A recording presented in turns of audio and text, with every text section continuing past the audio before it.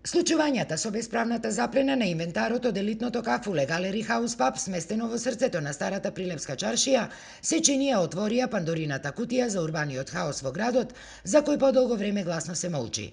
На своја иницијатива, сопственикот на објектот Киро Стојановски утринава ја демонтираше летната бавча, со цел, како што вели самиот, надлежните институции да го направат истиот чекор и со останатите објекти, но кои, за разлика од неговиот, биле во владение на структури блиски до власта. Овој господинот тука е министер за транспорт и врски. Има 4 објекти во градот. Овде брза помош да падни човек, сега гледате дека не може да помини овде, да му се снеарни на човек, нема да го крена. Значи го окупираа цел град, за нив живот има, за обичниот човек буквално нема живот.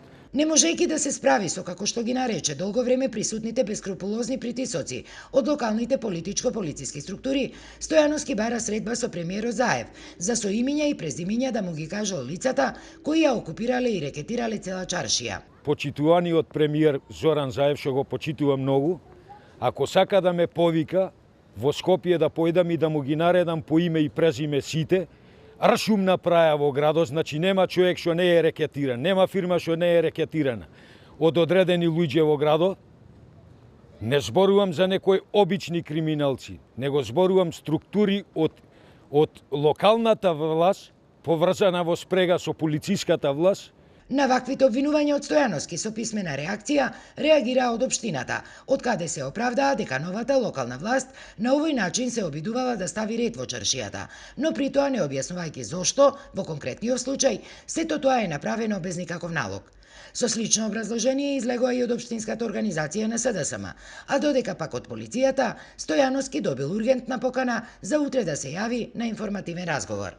Значи му кажувам јавно, пред цела македонска јавност, дека не може да ме уплаша, не се плашам од никого, затоа што сум чист.